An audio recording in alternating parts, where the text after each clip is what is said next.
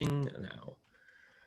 Hello to anyone who is watching this. You're watching a game that was arranged through the Gauntlet, which is a community on the internet that gets together and plays tabletop role-playing games online, mostly the indie persuasion. You can find all the stuff the Gauntlet does at gauntlet-rpg.com, where you find all sorts of things like blogs, forums. There's the zine that the Gauntlet puts out, which is named Codex, which usually contains supplements to existing games and original games in itself. There's also the extensive podcasting network where there's all sorts of shows focused on talking about indie role-playing games, powered by the apocalypse games, all that sort. There's also the Gauntlet Open Gaming Weekend that we put on every now and then. The last one was in July, and the next one upcoming is October next month.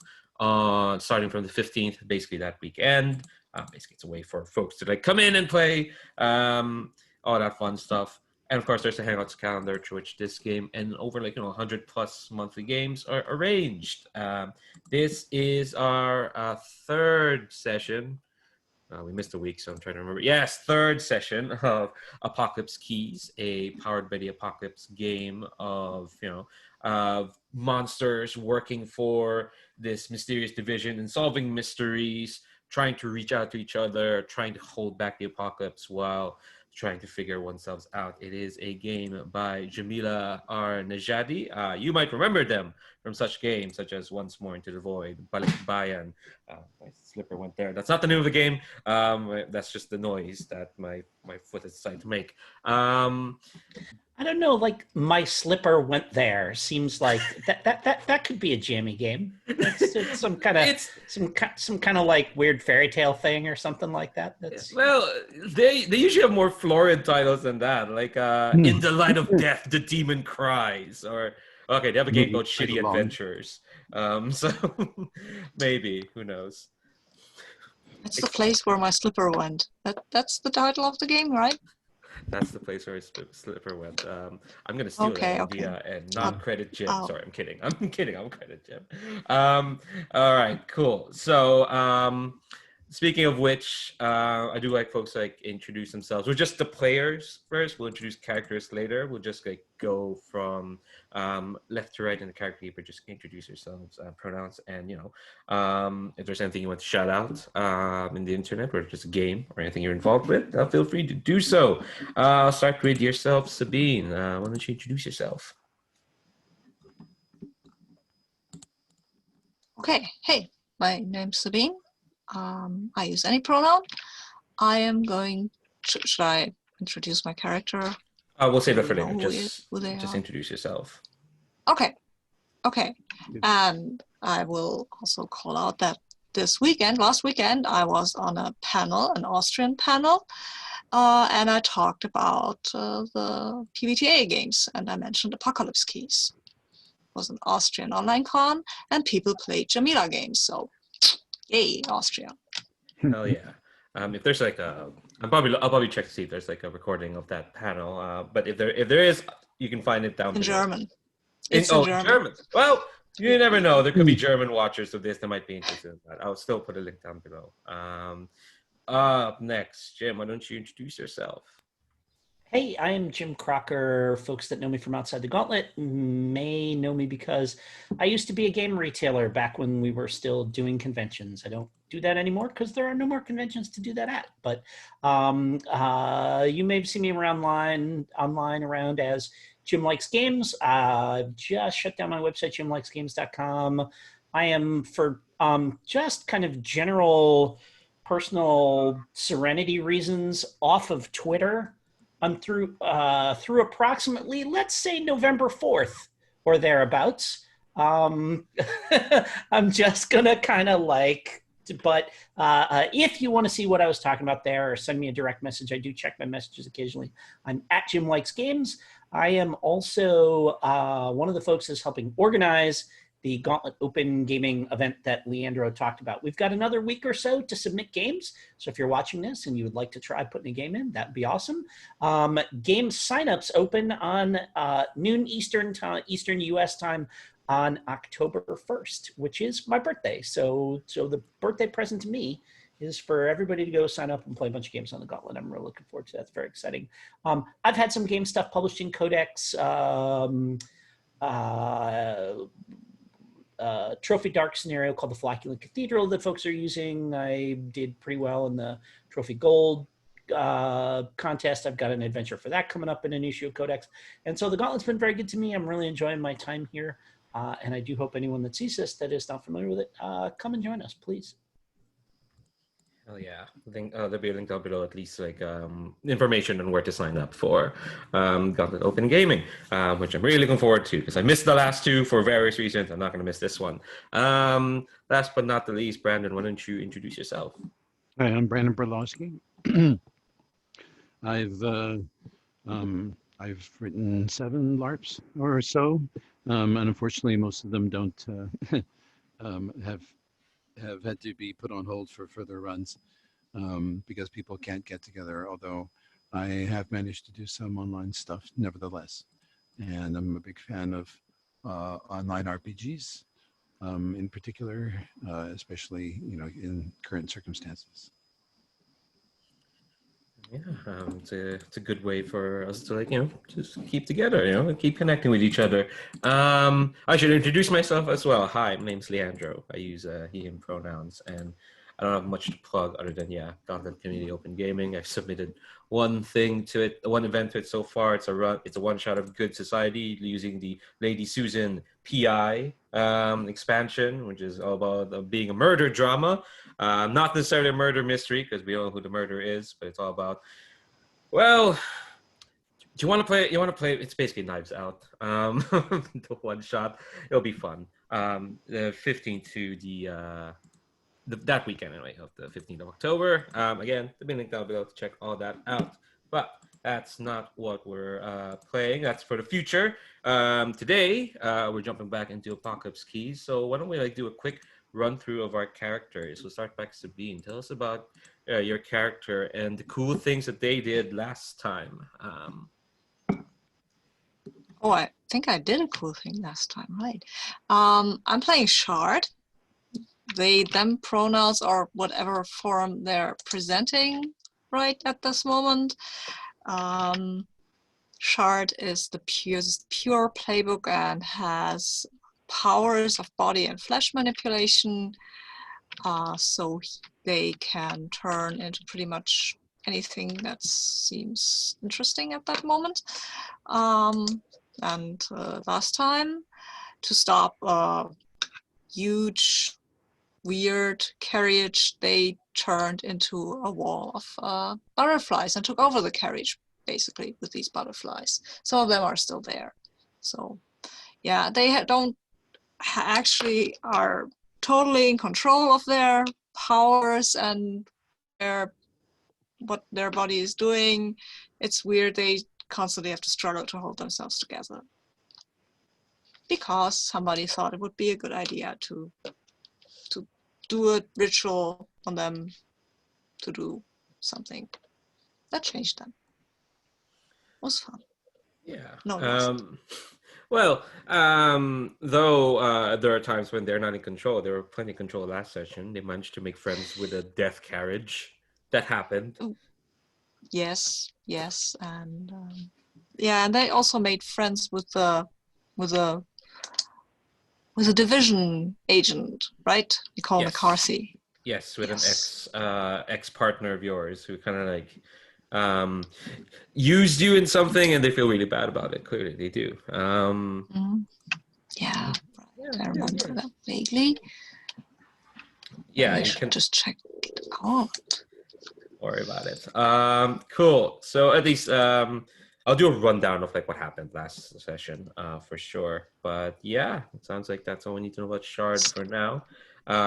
One thing that people watching this won't see is that this photo has been changing pretty constantly throughout the run of this. This is not what we started off with.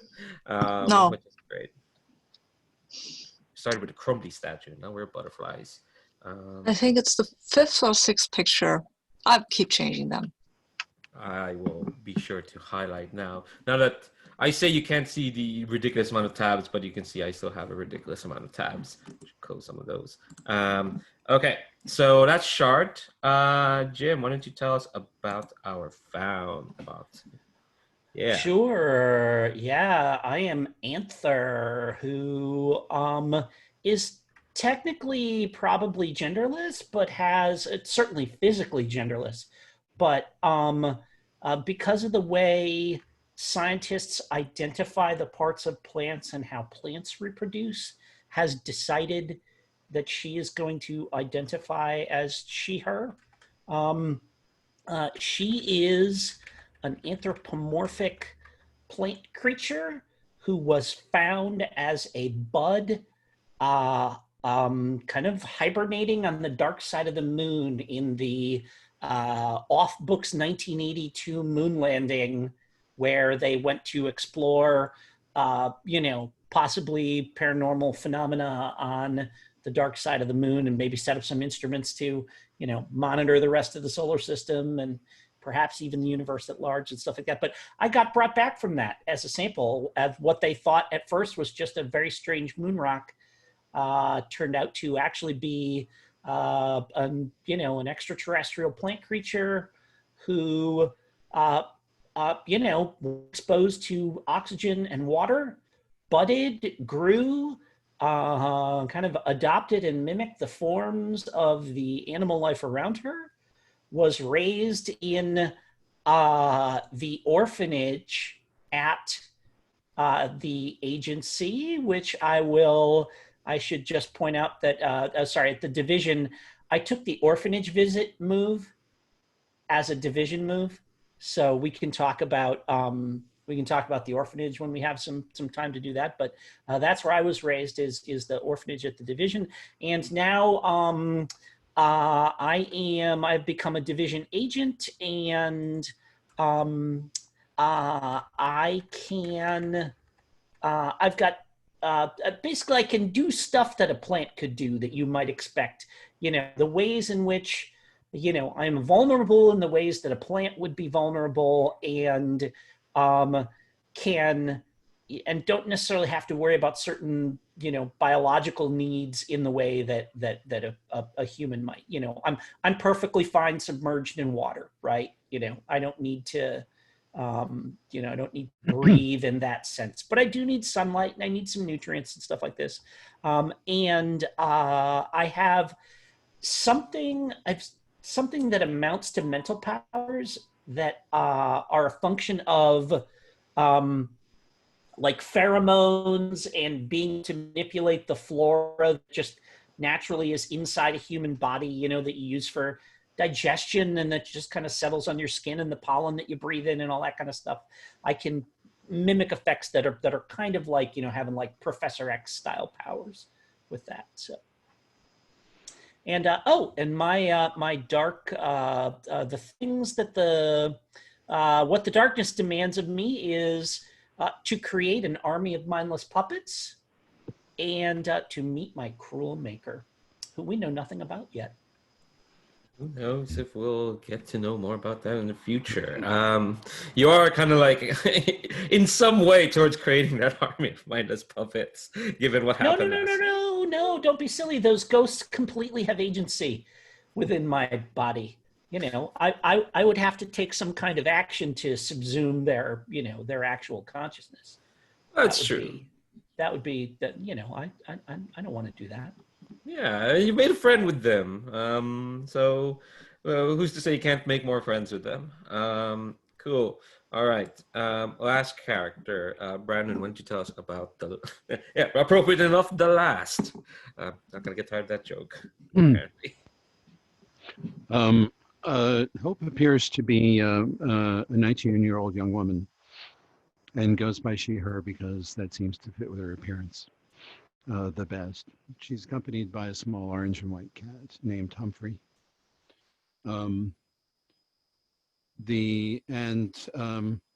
She has seen the apocalypse, or at least one apocalypse, and has, in a sense, come back from the future in order to forestall it.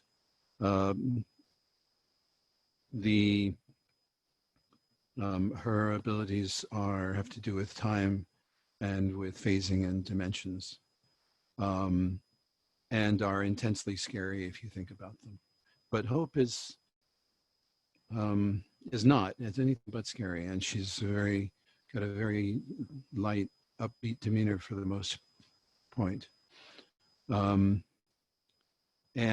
a lot of what I just said is a lie.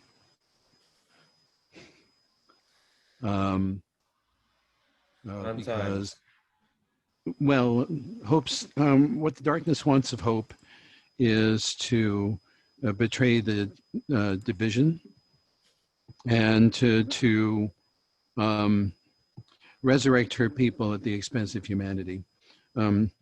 Actually, to win the war against humanity that happens in about 500 or 600 years, which she lost. And she's been, in fact, sent back to try and prepare for that. But her sentiments have been torn by the sympathy of the people that she finds around her. And so she is working to forestall other apocalypses at the same time she is working to bring about one. Yeah. We're rooting for her. We're rooting for everyone in this group, for sure. Cool. So before we kind of jump into play itself, because there's some starting moves, there's some things that I need to find, and we'll kind of get rolling. That's where folks are. I do want to talk about the safety tools that we're using for today.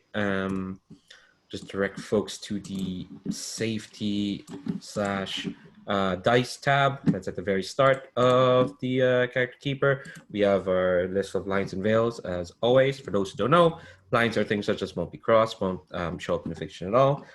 Veils are things that can happen in fiction, but we're not gonna concentrate on it. Like, it happens off screen, or it gets maybe a sentence or two. And there are stuff that are like ask first, which are basically if we're introducing this, we'll flag that we're introducing this and just pull the table, see if it's okay. Just ask folks, and that includes myself, to have a look through what's been checked as lines and veils and ask first. If there's anything you want to change, anything you want to add, there should still be some space down there. Feel free to do so. And once everything's okay with you, just say okay in the Zoom chat. Have a look through those for a moment.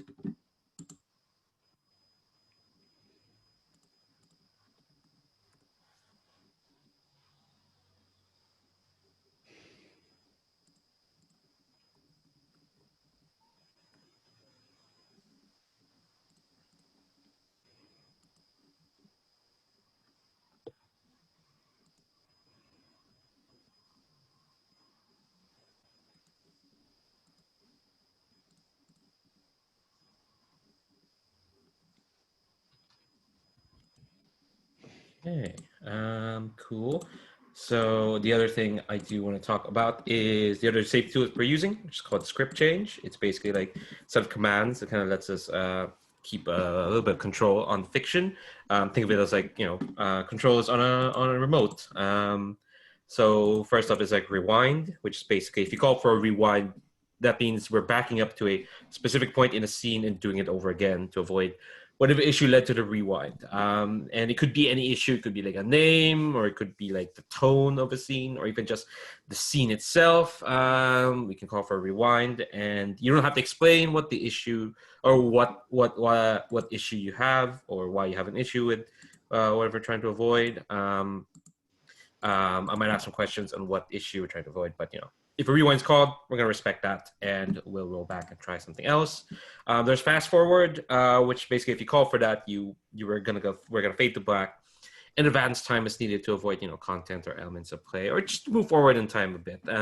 It's kind of like part of the veils thing. If something's going to happen in fiction, like we don't need to concentrate on it. We can veer the camera away. We can fast forward and just talk over what happened. And then there's pause, which you can call for if you need a break for a variety of reasons. If there's an intense scene, you're like, all right, we need to like calm down, pause, figure out what we're doing, or taking a break. And it's kind of part of the open door policy that we have here for this game, where basically if you call for a pause and you feel the need to like step away from the table from any reason, and any reason is perfectly fine. You might need a bio break. You might be an emergency you need to take care of. Maybe you're more tired than you thought. You need to like step away for a minute, or just from the game entirely. That's all perfectly fine and valid. And of course, the open door policy extends to myself as well. There will be breaks. We'll call for them. But if I'm gone from the table for, usually I try to say how long I'm gone, like either 5 minutes or 10 minutes. But like if I'm not back, I would say around like 5 minutes after I said I would be back. Feel free to like just see that as like I'm probably not gonna be able to come back, and I'll try to message y'all for any reason if like I'm detained, if there's an emergency, if I have to take care of something, or I just not able to continue. So basically, 5 minutes after I say I would be back, is kind of like the aim there. Cool. So last time, y'all kicked ass, basically. I think we had one miss. It was amazing. Everything else was just right on the money. Let's see. Y'all went, some of y'all fought over the Koshtabauer, which is the death carriage that has been ferrying all these dead souls throughout Dublin. Some of you went inside the Koshtabauer and befriended all the ghosts, and were all, yeah, I'm a better vessel than this carriage. Come with me. Some of y'all were in hell, in many ways. And last we left off, we were at the McCarthy household, which is the house of what seems to be the single division agent station in Dublin. It's a bit weird. And you kind of like have found basically where this portal that's being opened up by what do we name this person? The Distended Conductor. Oh, great. Is at. Before we get into that, some folks have picked up some moves. I'm going to turn to Hope, because you have a move that fires off at the start of each session. Could you read that for us? The which one? A Flickering Hope. Okay.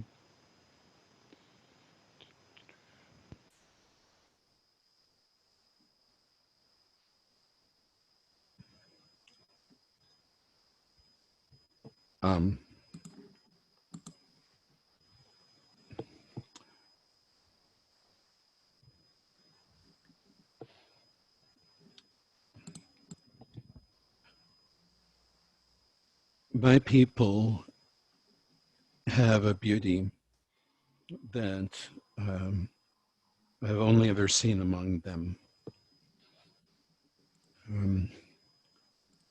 which is a sense of unity that prevails through their hearts, and an understanding that no matter what differences that they may have and troubles that they may encounter, that none of them, in a sense, could exist without the rest. Notwithstanding that they did not come into existence of their own volition in some ways, or perhaps that's the reason. And that's that togetherness, that power gives them a strength that others do not have, and the knowledge that, in essence, that they are never alone. And that is one of the things that helps keep hope alive, even though she is alone and there is no one else like her. But she knows that that's not true for any of her family, even though none of them exist yet. So she hopes in love for her family to find something that will strengthen their cause.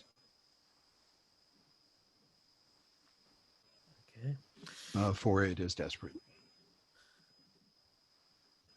You roll with darkness for me, and see where we end off with that hope, the hope of hope. I'm going to, the description of it allows me to get some darkness, so I'm going to roll with 2 + 2. Okay. That's a 12. Ooh.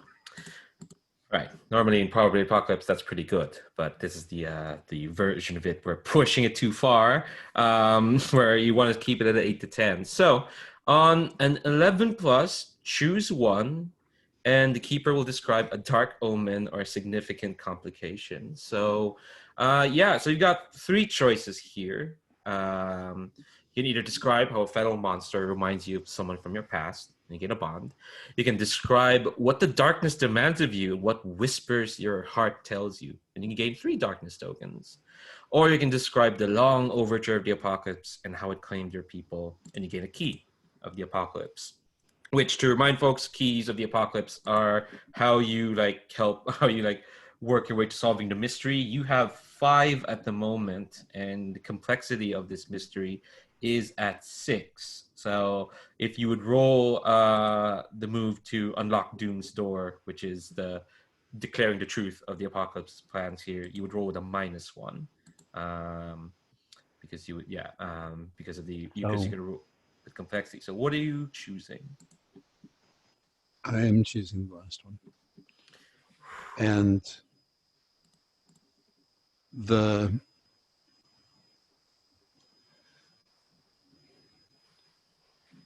the apocalypse, this one, claimed my people by bringing them into existence. My humanity was damaged enough that it felt that it needed assistance in rebuilding. And so it created my people in order to help the world rebuild some of the devastated areas. They then discovered that my people were more, generally speaking, were better workers, more reliable, more easily controlled at first than others. And so there came about more of them until inevitably they became terrified of their own creation and sought to destroy them. They did. They succeeded in doing that. So one apocalypse begat another. And I am determined that that will not happen somehow. Yeah. So that, will net you a key of the apocalypse. And I'm thinking, I think when you're remembering this memory of people being made to rebuild, you see this side of when your people first came to be and someone's there to greet them when they come into being. And it's an omen. It doesn't necessarily have to be true. It's maybe the darkness is messing with you. But I think when your people first came to be, the first people, the one who greeted them, and the one you see in your memory that's kind of like gave those who created them the info to create them, is someone who looks a lot like you. Someone who looks significantly a lot like you. They've got a cat with them as well,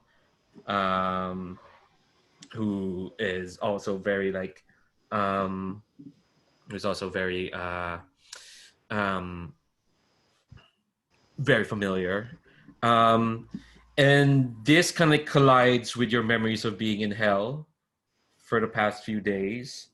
And if I remember correctly, when you saw that vision of that portal being opened, there was the distended man, the distended conductor, and another figure who looked like they were helping. They're being helped by, and it looked like you as well. Something about your journey in hell has kind of like brought this other you into existence, and has retained enough of what you know and what you can do with them to help out this apocalypse. So that's the key. Is like there's now a version of you created from your trip into hell that is helping that's helping to usher the apocalypse. Is that okay? Yes, absolutely. Okay, okay, someone else writing that down. Thanks very much. I don't know how Jammy does it. When I play with them, they're just like, I'm just gonna write this down, and it's always great and legible. I can't do it. Okay. All right. So that's your opening move. Let's see. Our folks picked up some moves at the start. We might define them when we use them, because I know one of you has a holy symbol or something. Oh, go ahead. Yes, go ahead. no.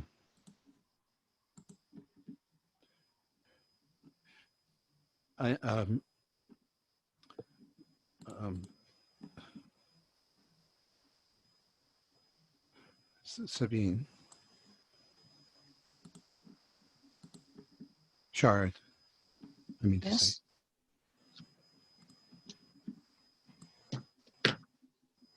Have you ever seen another me?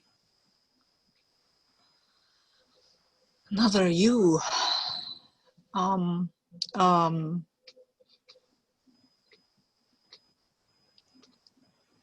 do you ask? Because I have. Not in a dark vision. Not for certain. Well, I've never seen another you in a vision. That's a very strange way to answer the question.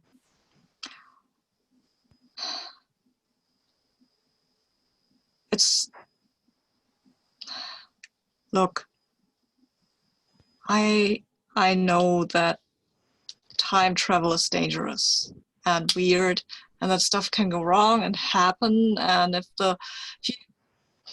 that every piece of information that you have could lead to either catastrophe or not, and I do not know if this information that you're asking for, what it would lead to.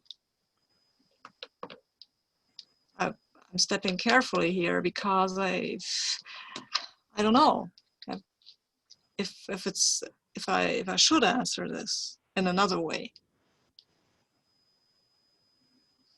I guess that's an answer. Yeah, damn.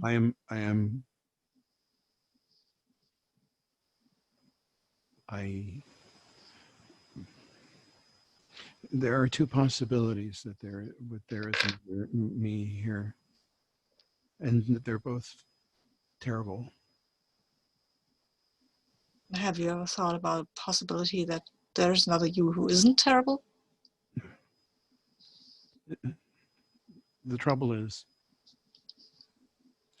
either it is another version of myself here, in which case she was sent back here to undo what I am doing, because that's the only reason that anyone would take that risk. Or she is a member of my family, in which case I don't know what might happen.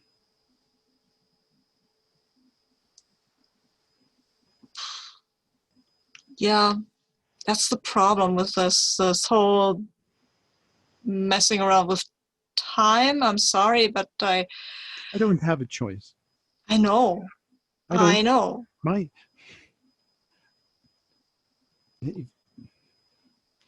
family is everything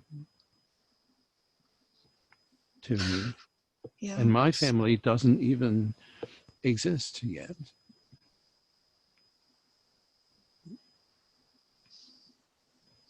I don't think I felt the same when I was more of a person.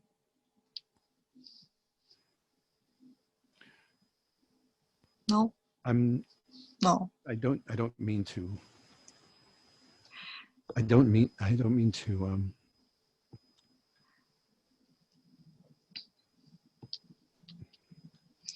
to diminish you or anything with regards to that. But no, I just remembered. So thank you, I guess. Oh, well, I'm glad I could do that. You never had family. I have, my memories are incomplete.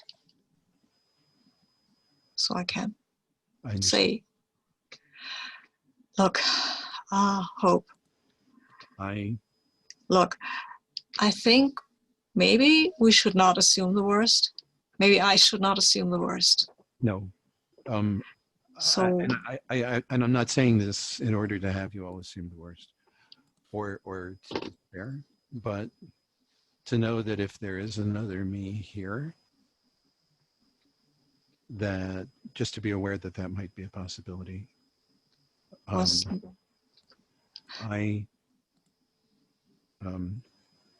It's much easier to destroy with my abilities than to prevent destruction. I understand what that's like. Yes. But if the other you I saw was not near Dublin, neither in space nor in time. It's not a barrier. I know, but it might not have anything to do with this.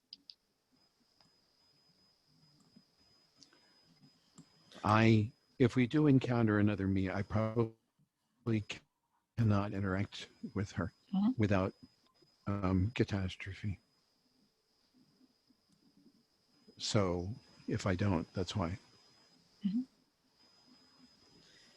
Okay, thanks for telling us.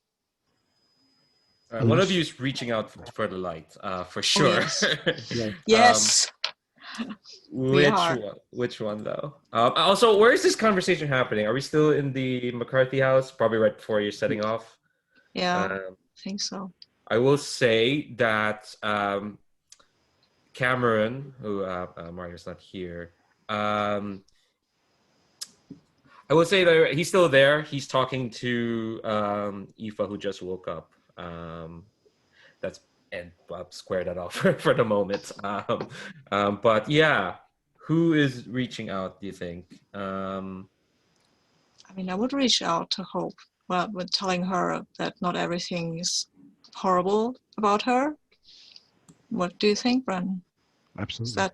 Is that fair, or do you think you're the one reaching? I think it's fair. Okay, then I roll. Oh yeah. Oh yeah. Spending any tokens of this? Not that it matters. You probably just get it. It'll be grand. Okay. I'll take your advice and not spend any tokens. Okay. Well, see, Yeah, you're right. I don't know. It's yeah. it's amazing. Thank you. Roll dice with your friends. Damn you. It's annoying. Yeah, So- 100 to 10. You both find the light in the dark. How do you gain hope? Oh, And yeah. each of you choose one. That's amazing. Oh wow. I agree. I'll take a bond. I think I will gain or lose up to 2 tokens of darkness. I could take tokens of darkness. I can have up to 5, right? Yeah. Oh, yeah. If you go over 5, you'll trigger another move. Is 5? I mean, the trigger, or is more than 5 the trigger? You can have more than 5, but It's not good. but- No, but it it says happens. gain up to, so I could just gain 2 instead of 3, because then I'd be at 5, and then maybe something terrible will happen in the future. I mean, I will do that. I like to have a lot of tokens. I did check. The trigger is It's 5 5 or more. Yep. So 5 or more, right? So yeah. Oh, so okay. 4 is safe and 5 is not. Oh, okay. Then I'll go with 4. 4 is fine. I'll be safe. Update the. This was not terrible enough to push me to the brink, but Yeah. kind of woke some weird memories. Again, who even knows if you need those tokens? Who knows? Maybe I will just can use them to push myself over the safe thing, you know? The safe goal. Maybe. Yeah. Spend them all. Maybe. We'll see. Anther, what are you up to? What do you want to do? Because I want to get to you before we take our first break. Sure. So the first thing I'm going to do is I can take darkness tokens when I feel frustrated or scared, and I am growing impatient with Hope's constant uncertainty. Oh no. About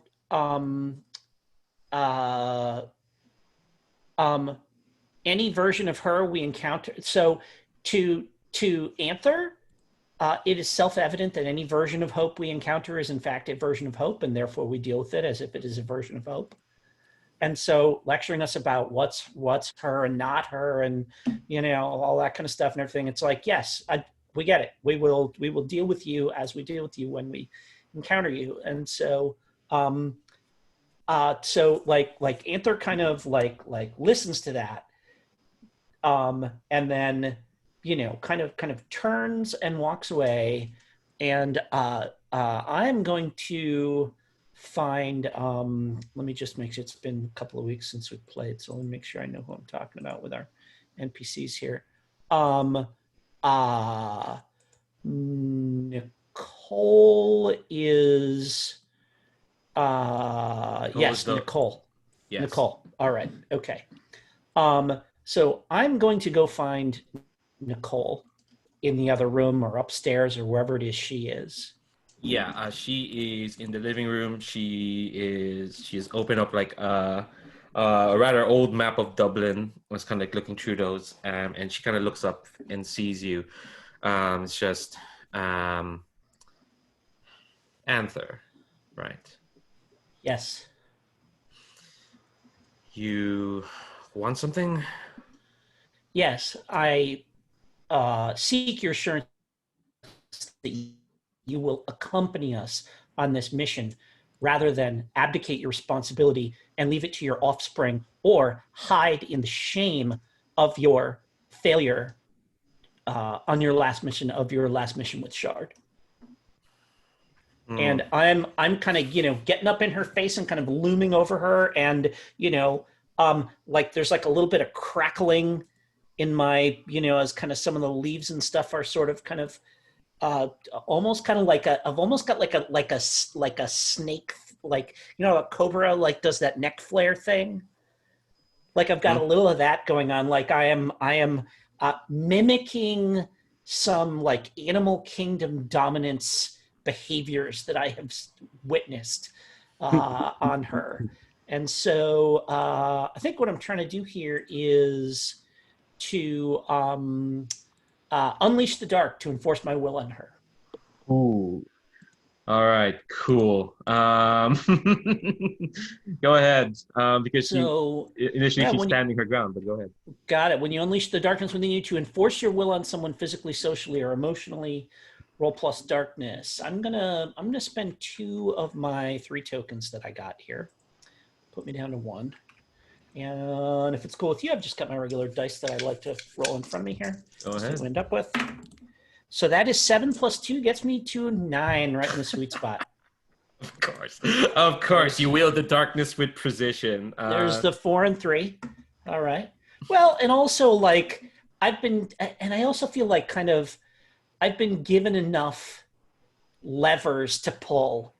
Like I have difficulty with empathy, but I understand what what will trigger like humans in their sense of obligation, and I feel like I've managed to actually read the clues correctly here. So in this case, let me make sure. Let me read how that move works. So on an 8 to 10, I wield the darkness with precision, and I choose 2. I get what I want from her, which is that she goes along with us to guide us, to be our local guide for this. And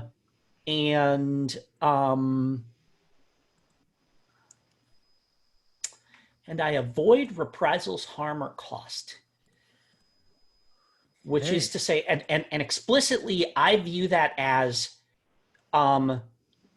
essentially like she doesn't out me to someone that would be upset that I was like basically like strong arming her into coming along with us. Yeah, I think. Does all that make sense and work within the scope of the move? Cool. Yeah, absolutely. Yeah, I think she sees kind of like your display, and there's like you can see almost like a small fire light up in her eyes, almost like she wants to like fire back at you, but then that kind of get drags down by this like kind of like immense kind of like tiredness in her bones. You can see, and she kind of like has this like deep sigh, and she says, "You're presuming a lot. You're presuming to know quite a bit, Anther." I know this. I know that you're an agent of the division, and that the division needs you now. Once we are gone, you can go back to whatever life it is that you have lived when before we arrived. But for now, you are a division agent. I think you see like she'll move the map, and you can see there's like a small case, and she says,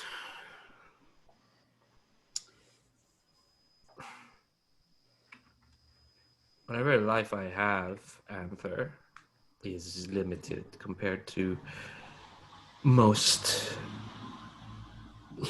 of those who go through the division's ranks. I'm just someone who has a shelf life, a shorter shelf life than most." It is a shame that you choose to spend it on the shelf then. Well, it's not for me. And she like unbuckles like the case, and you can see there's like a magician's wand in the case.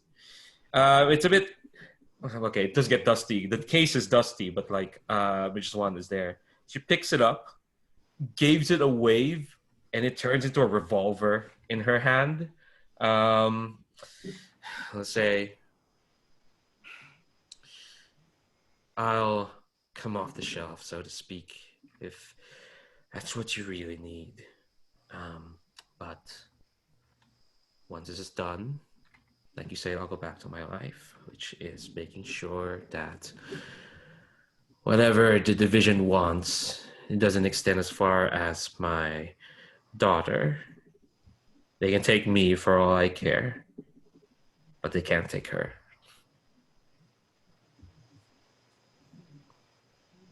I shrug.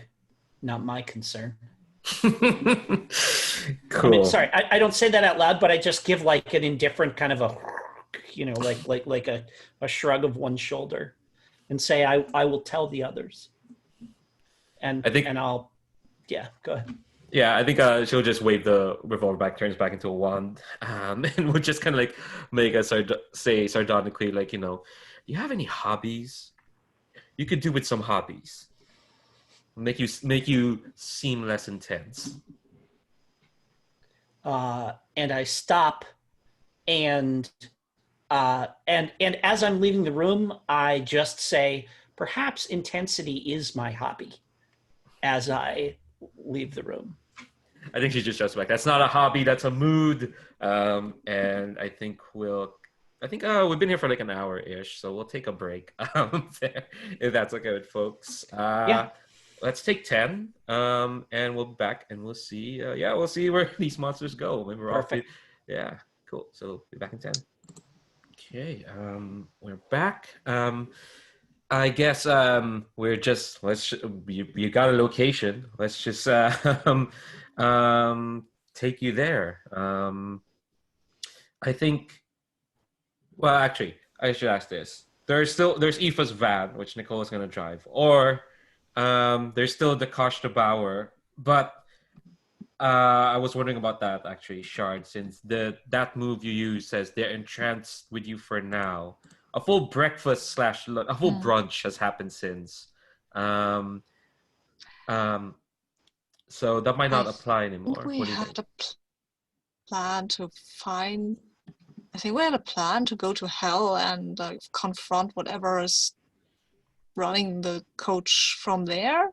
I think that was Cameron's plan. So maybe we'll do more investigative stuff because we still have all those stops to look at and figure out what they are about. Because maybe we can pick up another clue or two. And I think the butterflies that were part of me, yeah, they start to die off, I guess, and fall off the coach. But maybe it's a process over time, so that I have still a sense of where it is and what it's doing now. Yeah, you get like a tiny sense, I'd say, where it could be. Okay, so that it doesn't just roll up and surprise us. Yeah, or that we can actually just figure out where it is going now and go to arrive before it arrives at the stop and see what's there before it picks ghosts or whatever up. Talk to them maybe. Yeah. So yeah, in that case, then you're probably gonna pile into Aoife's van. Aoife's still tired from being really up late. And yeah, I think Nicola's gonna drive you to like one of the sites, as noted. And let me look up the locations. I did write up this mystery. Here we go. Let's see. Let's say this is a Sunday, because otherwise there'll be quite the number of people on the streets in Dublin. Since it is Dublin. Is it Aoife or Nicole that's with us? It's Nicole that's with you. Yeah. Okay. Yeah. Oh, but the van belongs to Aoife. Okay, got it. Yes. Yeah. Well, it's more like it's just their van, I guess. They just take turns driving it. Aoife just uses it more often. So it's kind of like hers since all the crap in the back. But you get the sense that Nicole doesn't mind since you're all squeezed in. So yeah, she'll drive you to just around Dublin. It's fairly still overcast. It's quite chilly and foggy, even though it's a September, which is still technically summer-ish, so it still should be sunny, but it's still quite chill. So that's why there's just less people. She drives you up in front of a pub, a fairly big, well-to-do pub called Kelly's. Put that there, and you can see that right across. See, there's a pub here. It's like on the intersection. It's like of a street, and across the street you can see big construction is happening as well. There's not many people there because it's a Sunday, but there's a big ass crane And Nicole is saying like, so there was a report of another attack. One of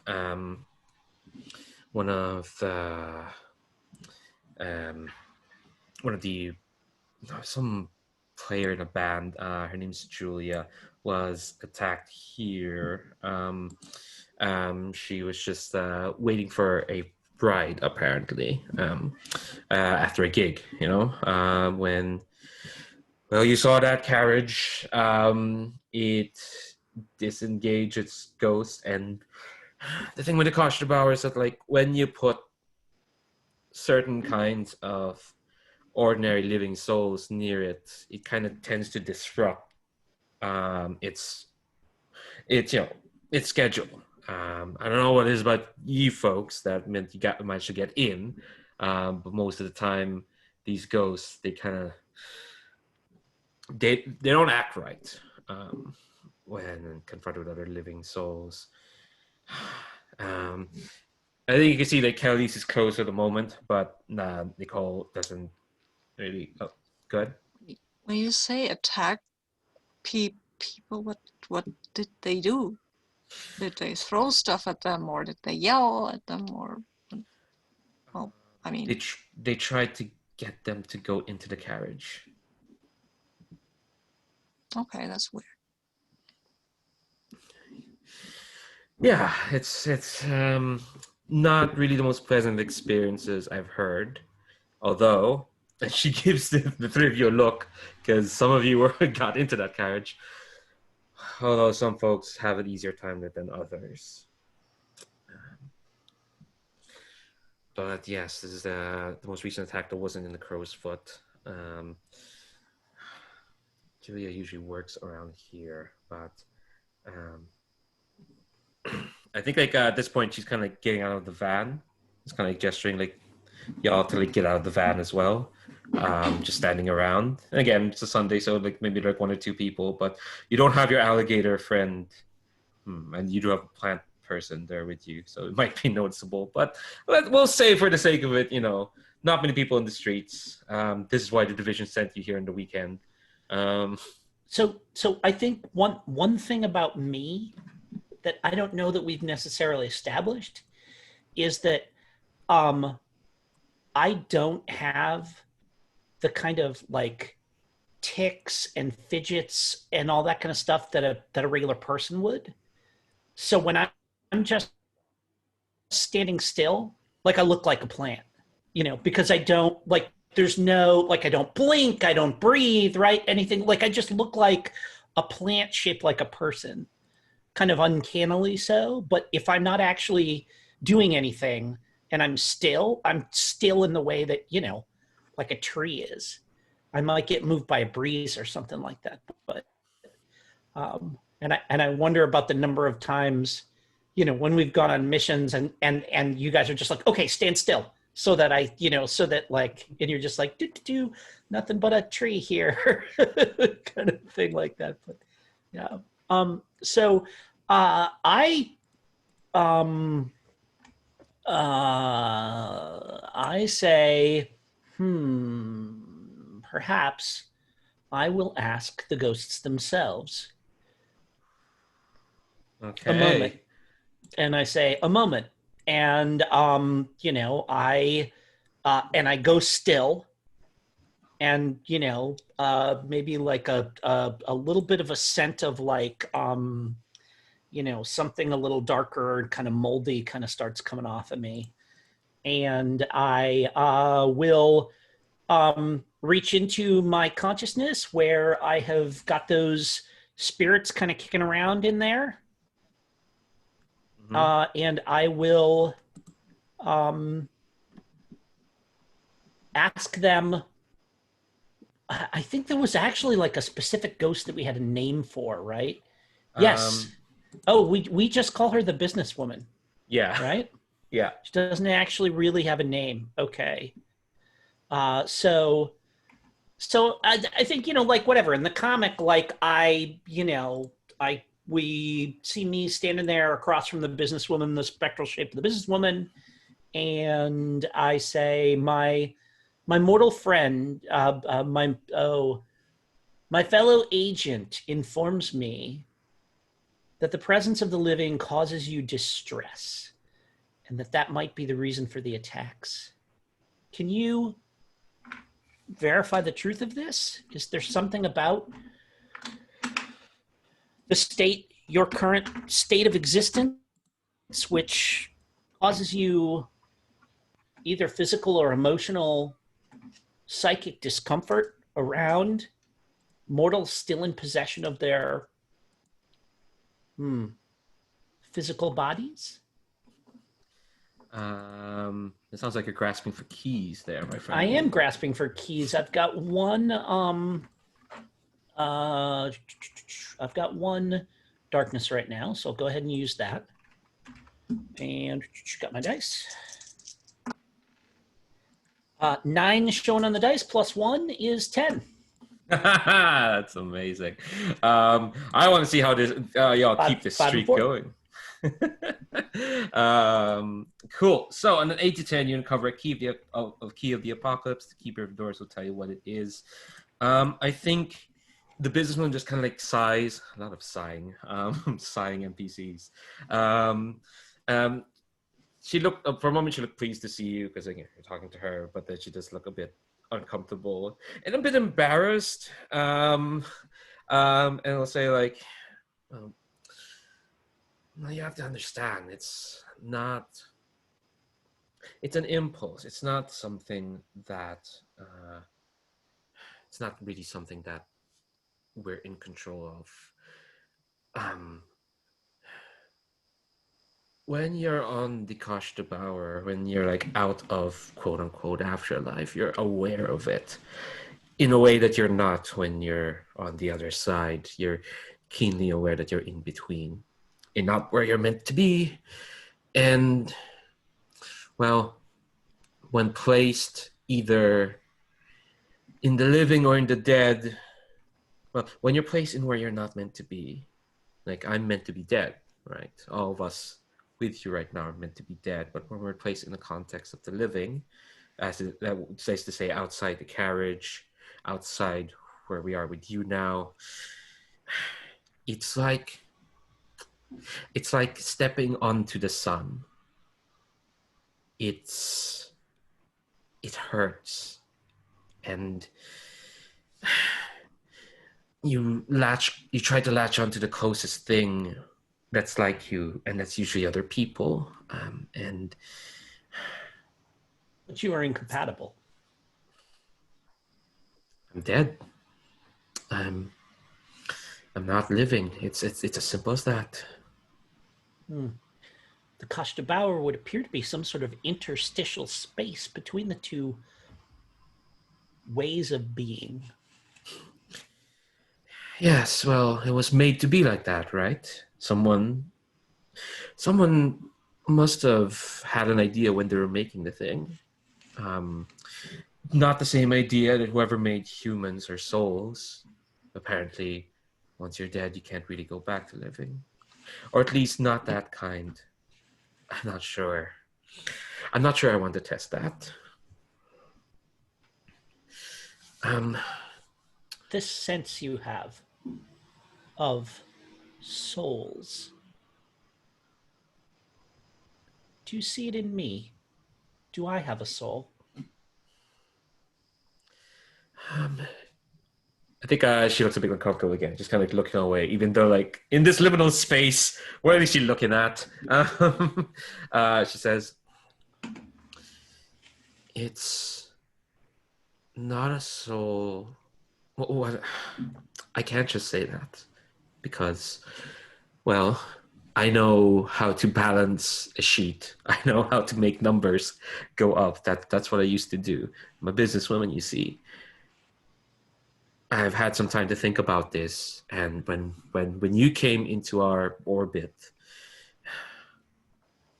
you had something, but it wasn't what we had lost.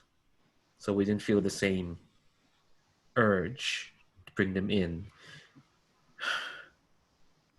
Normally, I wouldn't even ask if you were to be part of the line of the queue to the carriage. but you were different. I wouldn't say, I can't presume to say if you have a soul or not. I am concerned. Experiences with the division have led me to understand that mortal consciousness, human consciousness, exists in a number of different states. I am concerned that because I do not share the biological processes of humans, that my consciousness may not be able to make that transition. And that if the physical matter that gives my consciousness shape is completely destroyed, then that consciousness will cease to exist. I find that I encounter cognitive dissonance when I attempt to contemplate not being conscious ever again. I think the businesswoman is kind of like, she's not enjoying your confusion. She's more like, because that sounds cruel. I think it's like I certainly could see it being like, welcome to the club, lady. Yeah, that's the kind of the vibe she's getting. I think she just kind of like laugh and will say like, and I'm gonna take a couple of darkness tokens for being scared about that. Yeah, that's fair. I would say I should define that key. Is that basically that wherever the reason why the ghosts are like attacking mortals is because of the just the disjunction of, or the dysfunction of them not being where they're meant to be. And they're latched on to human beings. The other thing you probably would notice is that like whenever the Kasha bar stops, there are always like human beings around to be attacked. Like it's like, yeah. I think this one will just kind of like smile and say, well, human being or not, you'll find there's a lot of questions like that we've been asking ourselves. You'd think being dead would have answered quite a bit of that, but I didn't expect this, and I don't think this is the norm here. My experience has been that being alive raises far more questions about life than it answers. I would not expect that death would be any different. That's just existing, I suppose. Very well. I should return to my fellow agents. I really enjoy these chats. Take care of yourself out there. And I appear back to Shard and Hope. And I say, what are we calling her? The accountant? What is her? Just a businesswoman. The businesswoman. I say, the businesswoman has informed me that the ghosts find proximity to mortals unpleasant. They are forced into contact with that which they once were but can no longer be, and it causes them distress, pain, to the extent that it is possible for beings in that state to experience it. And yet, it seems that the Kashta Bauer is drawn to such situations and forces them into this unpleasant contact. Wasn't there something about a conductor? I think that was something that Cameron said, or was that you, Hope? Yeah. I should say that was a key that Anther picked up talking to the businesswoman as well last session. Right. The conductor, this person, is the one who gave them a deal and led them out of the afterlife into the Kashta Bauer. Well, the problem I mean, the problem seems to be that this is a cascading phenomenon. That whatever any breakdown in the space between the living and the dead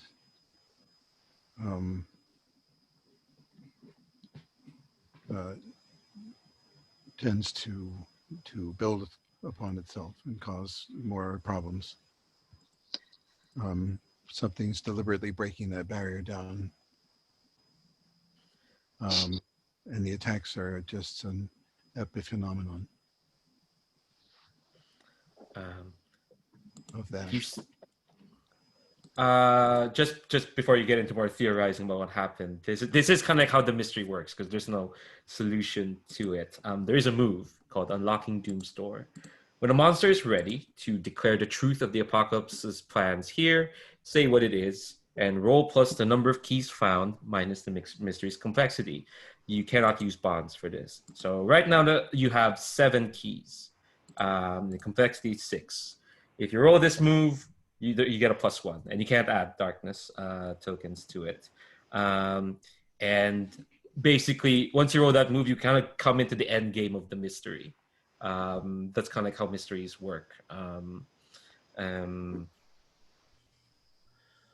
Did we want to do a little more investigating, poking our nose around here before we roll into that, do we think? Or I think we should roll into that. Okay, totally cool. Go ahead, Hope. Go ahead, Brandon. Yes, excuse me. A moment. A moment. Hope vanishes briefly. And comes back, and she has a little, what looks like a cylinder about 1 foot long, and about 1 inch in diameter, in her hands, that seems to have a cap at both ends. All right. Okay.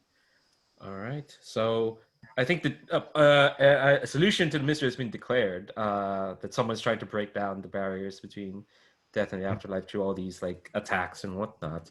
So yeah, I guess since Hope, you proposed that, do you want to make the roll? Certainly. From what I saw last time, we need to find the other side of this rift and destroy it from there. And because it's going to cause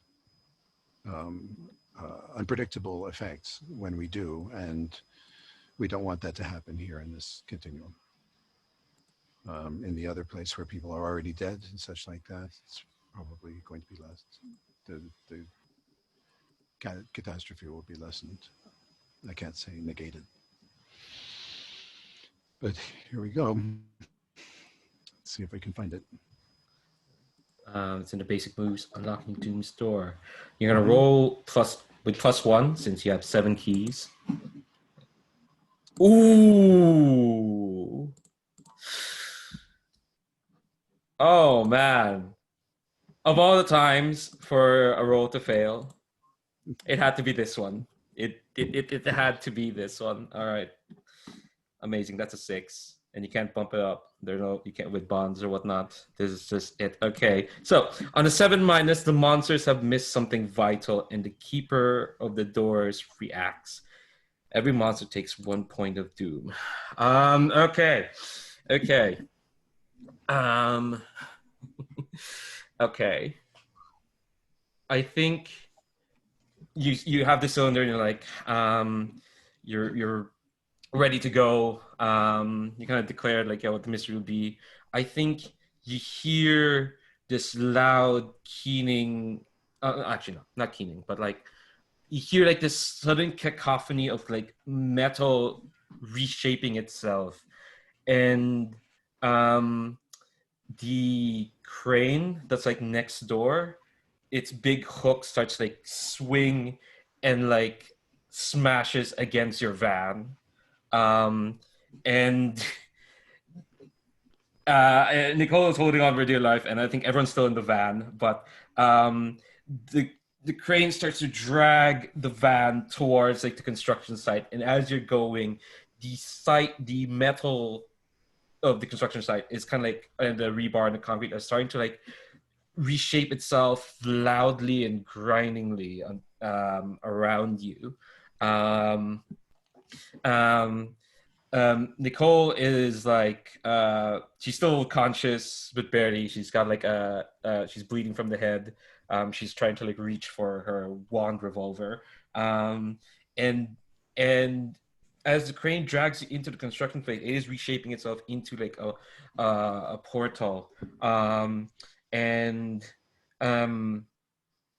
around you, and this like purplish kind of like fog starts to like um emerge from the ground and kind of like surround the three of you around this van. And this voice kind of calls out, this rather like smooth velvety voice that I can't reproduce because I don't have a velvety voice, but they just call out and they just say, "Oh dear, where's your alligator friend? I was really hoping to meet him. You didn't bring him with you? I brought a friend of his. I would have thought they would have loved to meet." And I think out of the gloom, you can see this like rift starts to like open up. And I think you can barely see through the fog. And as this rift opens up, there's a bit of light. You can see, there is like a man standing, looking at the rift, their back turned to you. They've got this like coat, they got like long hair, got this nice scarf. They're kind of like making this like gesture, and you can see their unnaturally long fingers. And say, very well, I'll make do with you. 3 out of 4 ain't too bad, but how have I dealt with ordinary, simple, silly mortals with their little fears and their little worries when I could have just had you three this whole time? Turns out 100 silly mortals aren't awash with death like you three are. And they kind of like turn around and they face you, and yeah, it's the Distended Conductor that Anther saw. And since we're in Dublin, I think I picked up something here, and this might be a demon, so I think I have a rosary. Right? Let's go through that move because it's a division move. It's a division move, right? Yeah. If that's okay. Yeah. And I will hold it. I will, ordinary. The van has toppled, and we're lying around a bit, but that doesn't matter if you can just shape your arm to be longer and longer. So the arm with the rosary will go out, and while the arm that is going out looks like flesh still molding and like slightly bubbling, and it's quite weird. The hand holding the rosary is a girl's hand, a white girl's hand with nice fingernails. It looks like maybe a purity ring or something on it.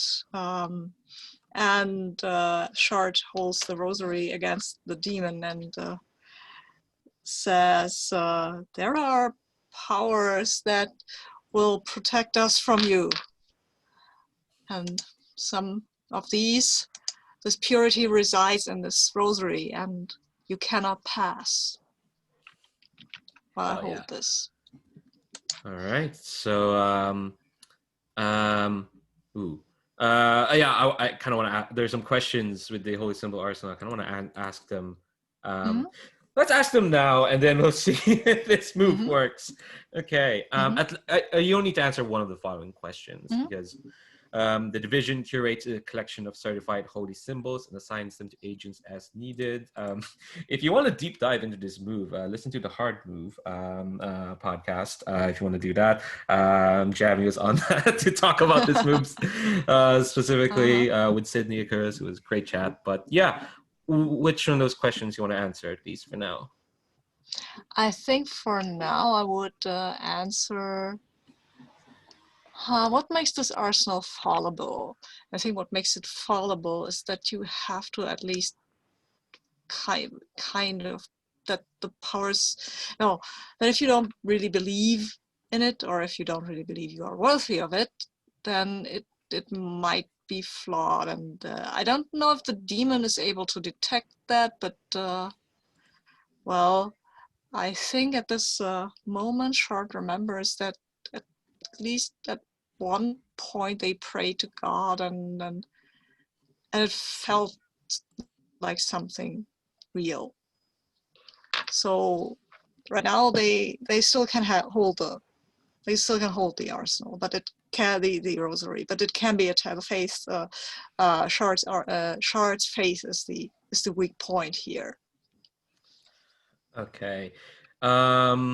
All right. So when you pull out your arsenal of holy symbols as an aggressive show of force, tell the keeper how many darkness tokens you're willing to discard before making the roll. So yeah. I'm all in. I discard 3 of my darkness tokens. Okay. Cause I mean, what better way to power a holy symbol than with monstrous darkness tokens, right? So it's +3, and I've rolled a 9. It's a 12. Great. See all the good rolls. Cool. Oh, someone accidentally removed the text of your move and turned it into 2. Hold on. No, oh yeah. Well, I was probably me. It was me. Of course, it was me. I tried to. Yeah, it was me. Okay, so on 12 plus, not 12 plus, on 11 plus, which you have on 12, you can use up bonds to control, like, if you want to, like, move it a +1 or a -1. You're good. Okay, you're good. I'm good. I like the idea that my flesh recoils from this holy symbol. It's kind of perfect, actually. All right. So yeah, you find a perfect symbol. You got this rosary, but you feel your own powers of darkness recoiling for it. If you decide to still use the holy symbol, Mark Doom, which you already have, I just saw you do that. How does it mutilate, destroy, or drain your opponent? I think it. Well, this opponent does not exactly belong in this world. So what it does is kind of destroys their whole, and maybe they become more translucent. Their own bodily cohesion starts to fade, just mirroring what is actually happening to me. And I think the character picture here is kind of perfect for this. So oh yeah, let me share that. Folks to see, because it has changed again. Here we go. Yeah, I think you're reaching out with your rosary with your hand. I think like the conductor sees that and just their face almost like breaks. They look really angry that you're presenting this at him, and he reaches out his left hand and almost like grasps yours. But you can feel the symbols like singeing him and you as well, kind of. And he's kind of like he's marching forward as he's doing that. It's like his skin is turning more translucent. It's like being singed off. But he's marching towards you in your van. He looks really pissed off that you presented him the symbol, and he's saying like, you. You present me with their symbols, with their unholy symbols. I was here before they came here and cast me out. I was here before they erected their cathedrals and their steel buildings. I was a king of this land, and you present to me this. You think to cast me out with their work, and you can feel that like the symbol's like working, and they're like their skin is almost like not sloughing off, but like smoking off. They're looking a bit less real. I was a king of this land, when when this used to be all green and rivers and water and mud, and now it's just concrete, and now it's just glowing screens. But that doesn't matter. I'll still be king of this place. This island just needs a makeover, and you're going to give me the fuel to make it over.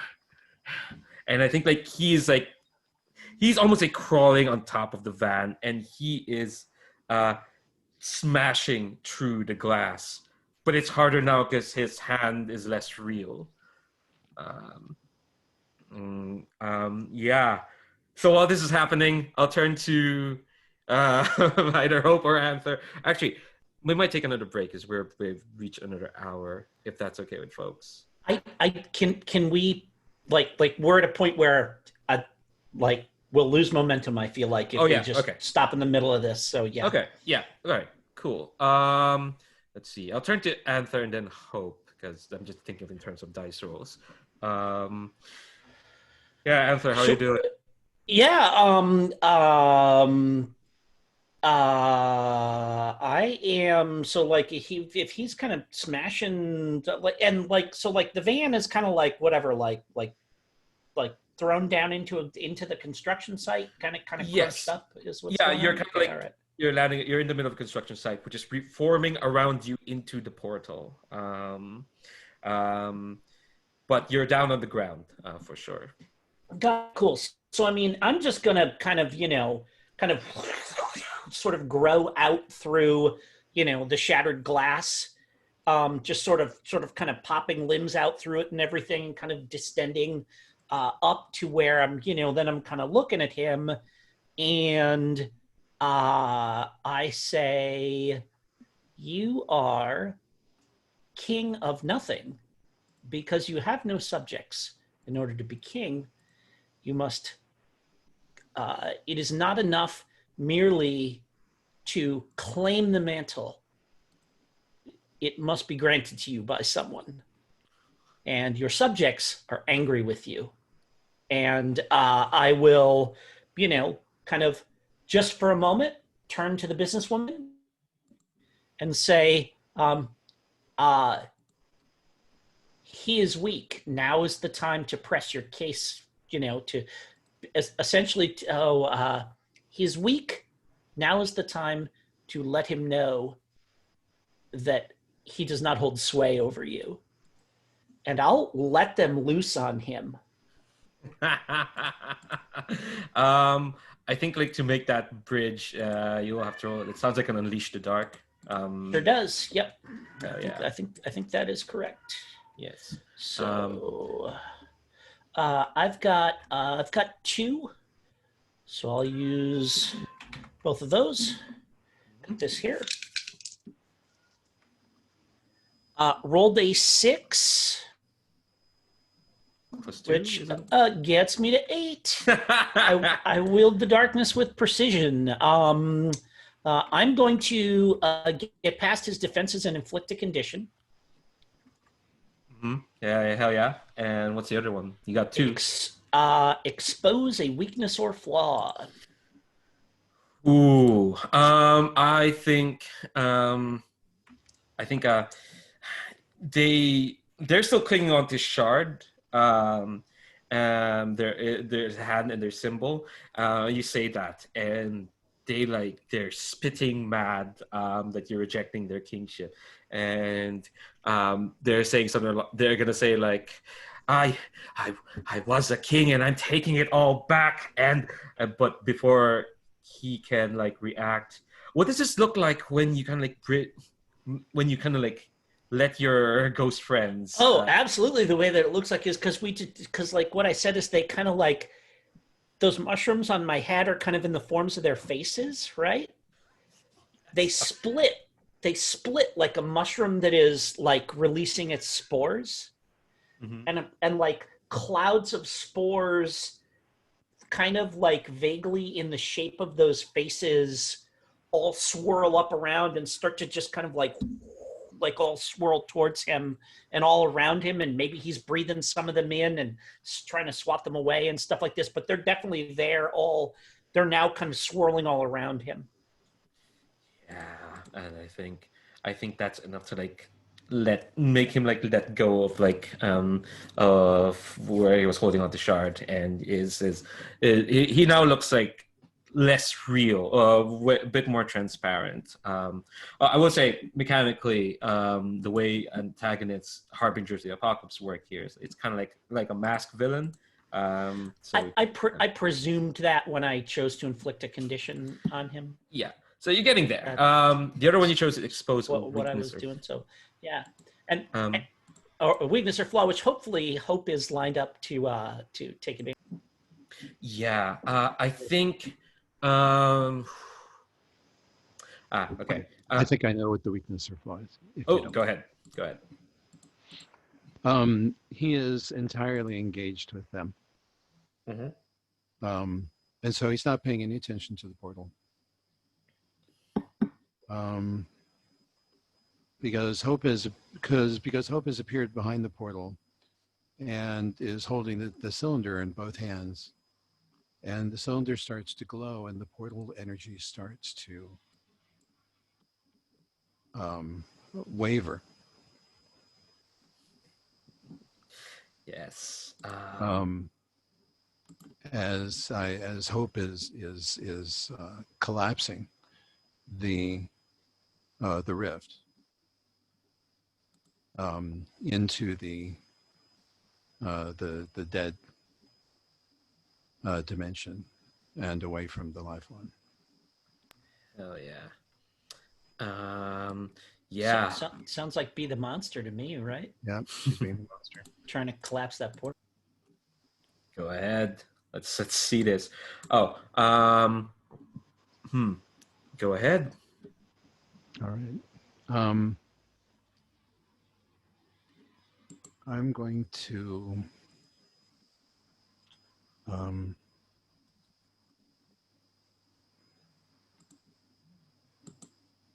to spend 2.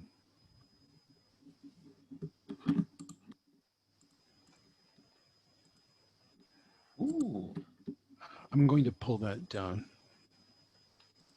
1 point with Humphrey, and another one because this has to do with the conversation that I had with Shard. So I will cook off a bond. Hell yeah. And pull that down and take to 10, and that'll become apparent shortly. Hell yeah. So on an 8 to 10, you and the monster. So yes, my orange and white cat is sitting in the middle of the portal, and the portal, the only part of the portal that is holding still is the part that she is sitting on. Typical cat, right? Likes to sit on with, you put down a piece of paper and the cat sits on it. So Humphrey is anchoring the portal as I collapse the energy of it and preventing it from exploding out into Dublin, which is what it threatened to do just now. Yeah. I think, yeah, the portal is like it was gonna like seize up and open up, but yeah, because of Humphrey sitting on where it's like tethered, it's starting to like shrink and like collapse, and you can see that like the conductor is like kind of tethered to the portal. So he turns away from Anther and Shards, and he's just spitting mad. Like he's speaking now in a language that you can't like recognize. It's an old language. That's not been said out loud in these parts for thousands of years. But he seizes, he kind of like he's seizing up, and he turns towards Hope, which means his back is kind of turned to Shard or Anther. I'll say right now Hope smiles at him in this, gives him this sort of sweet, out of place smile. Anyway, over to Shard. Yeah, last turn to you, Shard. Yeah, I mean, he's turned away from the rosary, so that's probably perfect opportunity to just put the rosary on his head. Yeah. So and maybe, I mean, it's made out of wood, right? Like wood, and maybe you can't even see that there are thorns starting to come in. Maybe Anther can do something with that before I touch it to his head.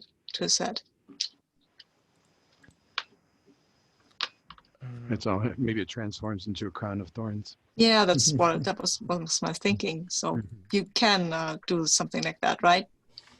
Yeah, sure. I mean, I like it seems to me that if you need it, use a bond. Otherwise, it's probably. Oh yeah. Otherwise, it's probably mostly cosmetic, right? Yeah. I use a bond. I have bond. Cool. So I'm going to use that, and I can wait. I'm going to use that, and I will decide the direction I'm using it when I'm done.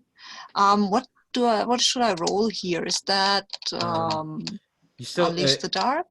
Yeah, Be the monster? I think it's Unleash the Dark. Reach for the light. You're not reaching out for the light with this one. It's a rose. I don't think that's what's happening. No, Okay. Unleash the Dark. Unleash the Dark makes more sense, right? Okay, so I will use another darkness token, and I will roll +1. Oh, I've rolled a 5, so I'm at a 6. Can I use more than one bond? Yes. Yeah. Cool. I will use 2 bonds. I will use the bond with Anther, and I will use one of the bonds with Hope, because I mean she's there and she's distracting this fairy king thingy. So I go to an 8, which then gives me. And I think what I can do is, like, when you place it down on his head, however awkwardly it's on there, I can just kind of do one of this, and like tendrils will grow out of it and grab onto it so that he can't pull it off, right? Mm-hmm. Can't just sweep it off his head, I think. Yeah. Hell yeah. All right, so that's with that bumps up to an 8. You wield the darkness with precision, Shard. Choose 2. Give me a sec. I mean, I have my darkness is never leashed thingy, but I don't know if I want them to bargain or be entranced with me or something like that. First, I'll go for the condition, right? Because that's how we defeat him. Yeah, I would say right now he was one condition off from being defeated. Okay. Oh, that's cool, because then I can also choose. I can choose 2, right? I can also choose that they know of a secret related to my power, origin, or doom. Ooh. Sorry. Is that a cool playbook thing that you have, Sabine? Yes, it's part of a move. Oh, that's neat. That's cool. I love those moves that give you your own special things on your own special line on the basic move. That's great. Yeah, that's pretty cool. Yeah, I think so you put the crown on his head and it's leashed, and I think he just kind of like falls to his knees. You can see he's almost like tries to leak out through like this like purple fog that you can see now that he's exuding all this fog around you.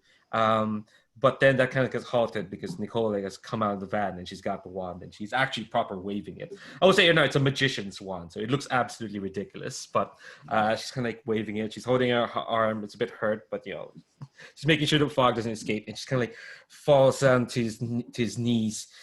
He looks up and sees Hope smiling, and he looks down again because he doesn't want to look at that. And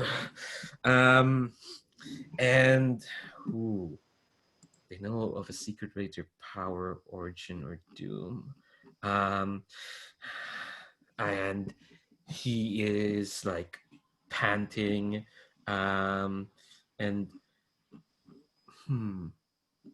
Remind me, Shard, you returned to this because of a lover of yours, right? Yeah, they made a ritual to help me.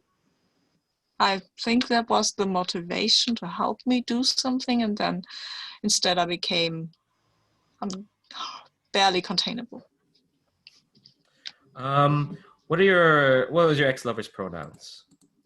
I think that we named her. Didn't we name her Cassandra at some point? Oh yes. I think I have it in my notes. And that was a she. Yeah. That was a she, her. Cassandra warned me about you. The one who calls himself Shard.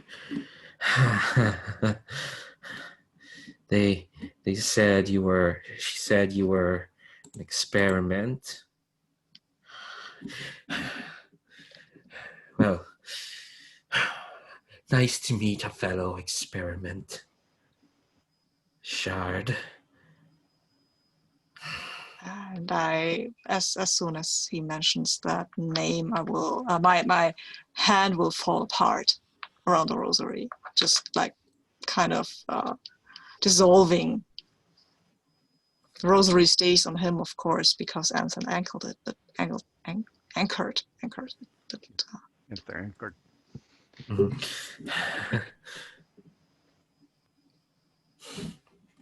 I think like he tries to like raise his head, and for like a brief second, you see like this kingly bearing on them. And when they like turn to you, Shard, and they say like,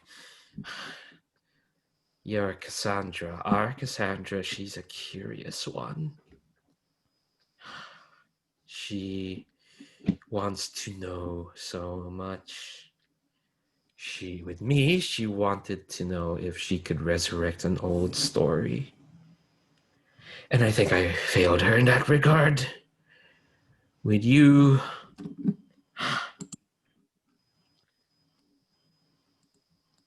she wanted to know just how much you can endure."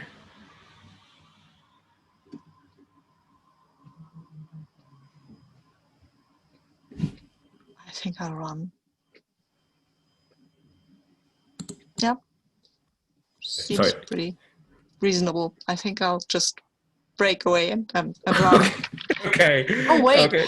I can give into my power and let it erase my will. That is neat. Oh, what? I mean, I don't know what that would look like precisely, but tell me what it looks like. I think what starts happening is that Shard starts to extend. Like these fleshy tendrils, they just become more and more and start engulfing things. Like that car over there, it's covered in this stuff, and that kind of street light is covered, and the parking meter gets shattered, and it looks rather creepy. It has some of the old Akira vibes when this yeah, exactly like that. But not exactly, because it's more like stringy kind of tendrils, but it's still very creepy. Yeah. So you can gain 2 to 4 darkness tokens. You're kind of like freaking out from this revelation. I'll say right now, because you've defeated him, he's just gonna stay there and on his knees for the rest of the scene. Cool. But yeah, I think the portal will like continue to shrink and whatnot. And Nicole, who has like who has now the revolver wand pointed at this conductor, will kind of look to Shard. It's just, everything okay?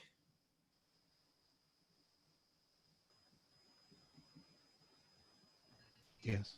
And I turn and kind of like give her to the extent that I can raise an eyebrow, like, you know, like that is a, you know, that's a question that's not relevant here right now. I kind of do that, and then I turn and I walk over to the conductor, and he's like down on his hands and knees or something like that. Is that kind of what's down going on his knees, for sure. Got it. Yeah. So I do that thing where I like go down on one knee on the ground, the other up, right? And I just kind of, you know, do that thing where I like put a hand beneath his chin and just kind of raise his face to look at mine. And I say, you cannot hide your heart from me. And I'm going to reach out telepathically to try and pull, you know, like through the connection to the ghosts that are swirling around him and have gotten inside him, and to the extent that he is at all corporeal, because there is something there for me to grasp, right? He's fading, but he's still there. So, yes. Yeah. So what I want to do is I want to grasp at a key using my telepathy abilities to just kind of try and just pull something out of his mind that he doesn't want us to know about what's going on here. Okay, yeah. Yeah, I think this is the way to like get that info. Technically the mystery is like over, but like yeah, there's probably more to find out. Oh wait, so I may not have understood. Oh, we missed something vital and the Keeper of Doors reacts, but it's not, but it's still done and solved. Yes, because got it. Okay. Yes, okay. Yes. Okay. It's just missed... like our effort to figure out what is going on is just way more difficult. Got it. Cool. Yes, that I misunderstood that. I thought we were going to have to make another roll because we had missed. Like it was. Okay. It gave me leeway to start this off, and you didn't. No, well then that being the case, then I actually will do You Can't Hide Your Heart from Me, which is my playbook move, sensitive to the surface thoughts and strongest feelings of those around you. When you deepen your senses, roll plus darkness, and then I can ask questions. Cool. If you're listening to this or watching this, Jeremy, feel free to correct me if I interpreted that wrong. Because we never failed. Did we fail? No, we never have. No.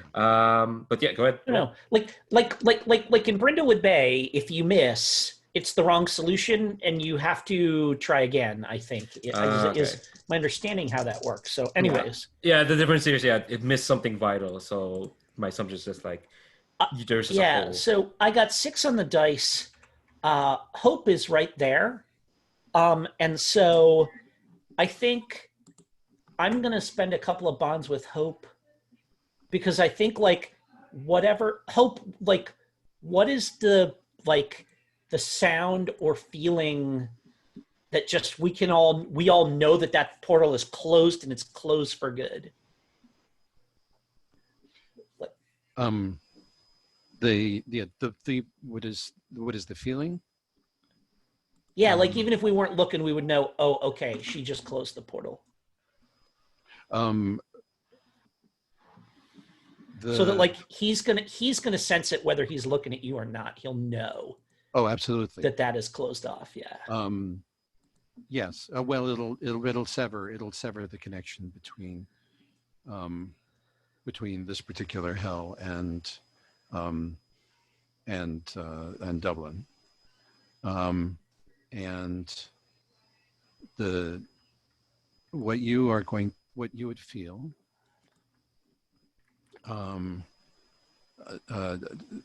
is, I mean, there would be something of a backblast, but it's going to be contained. As with any sort of door that slams shut, a pall will lift on your side. That purple smoke will clear, and a feeling will come with it. A feeling of that something that was terribly wrong has been righted. Something anomalous and twisted has been undone, and so there would be a feeling of release. And since you're using bonds with hope, there's a note of triumph in there, not coming from the conductor, but coming from hope. And so as I reach into his mind and run my jagged, splintery fingers through his thoughts, I want to know, what is he truly afraid of? He is, I think you filter through his thoughts, and you can tell they're fragmented, they're weird and glitchy, as if they've been stitched together quite haphazardly, in a bit of a hurry. But I think you filter through them, and filter through also all the ghosts that you poured into him. Yeah, you gotta filter through that.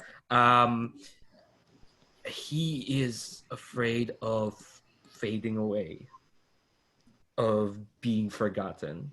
He is an old story.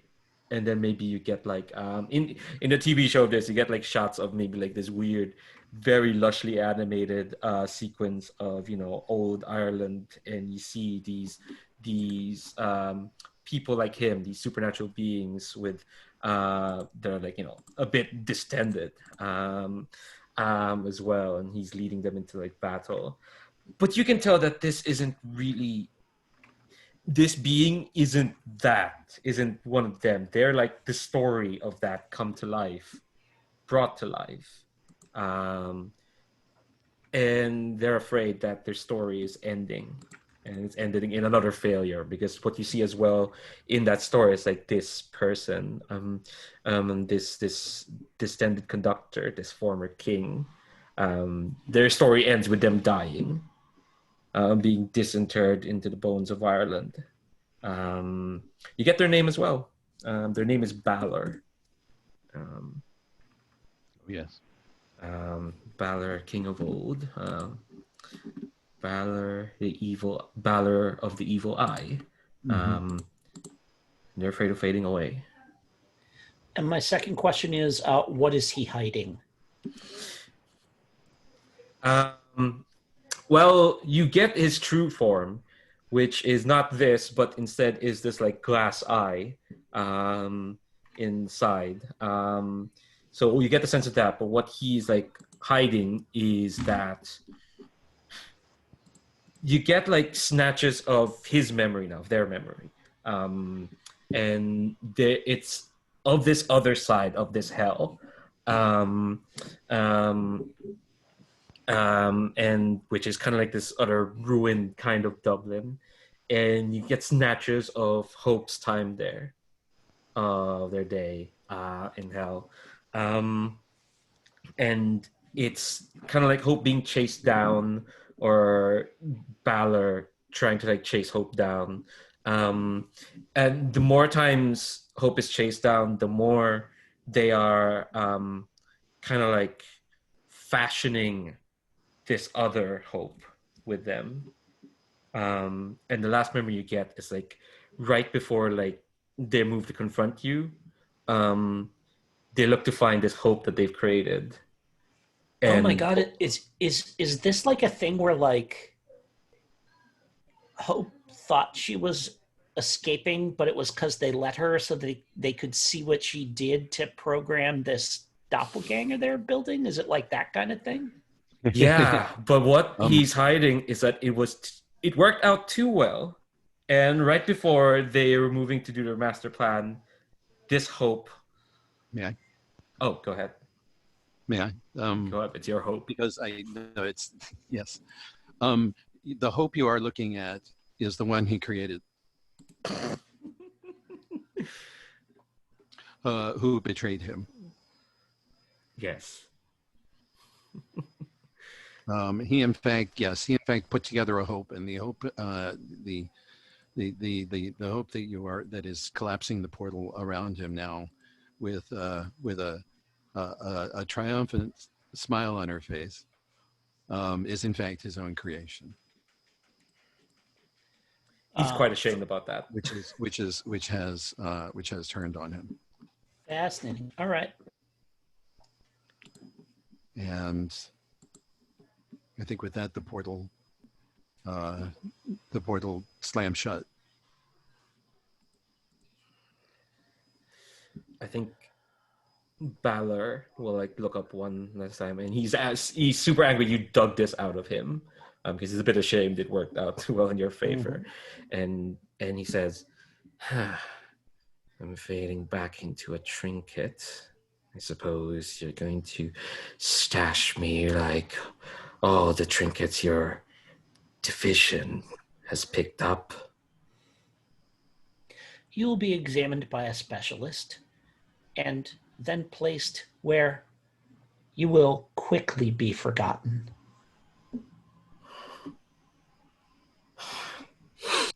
I think